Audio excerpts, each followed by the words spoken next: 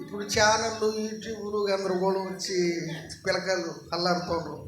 కాబట్టి ఆ విఘ్నేశ్వర స్వామి ఇక్కడి నుంచైనా వినాయక చవితి అయిపోయే లోపల మంచి మనసులు కుదిరించాలని, అలాగే మమ్మల్ని పౌరాణిక నాటక రంగాన్ని దీవిస్తున్నందుకే ఇప్పుడు మా ఏరియాలో అయ్యా 2 మాటలు చెప్తున్నా.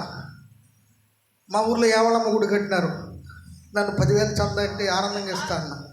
వాళ్ళు ఏమన్నారు తెలుసా, 10,000 చందా కాదు, నాటకం ఆడించాలి. నాటకం నాకు తెలిసిన వాళ్ళు ఆడించినా సగం ఇచ్చినా 40,000 అవుతాయా?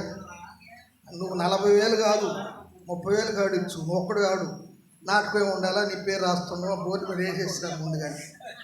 నా కొడుకులు 2 వచ్చినారు. ఒకడేమో బీటెక్, ఆయన జాబ్ చేస్తున్నాడు, బెంగళూరులో చేస్తూ వేరే కంపెనీకి మారినాడు. ఇంకొకడేమో CA చార్టెడ్ అకౌంట్. కష్టపడి చదివించినాను.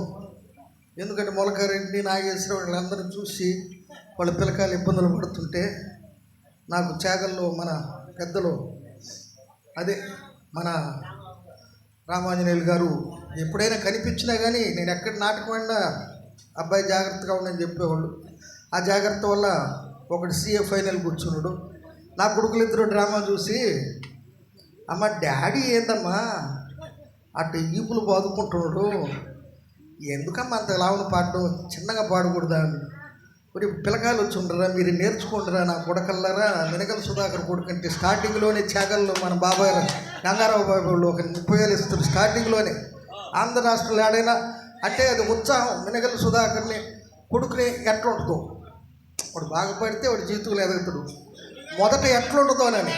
కాబట్టి నేను చెప్పేది ఎందుకంటే, నాటక రంగం మనకి పెట్టిన భిక్ష.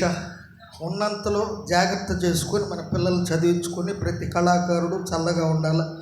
ఈ చాగర్లు, ఊనగట్ల, ఆ అవతల కమిటీ వీళ్ళందరూ మంచి మనసు చూడబట్టే పౌరాణిక నాటక రంగాలు పెడుతున్నారు.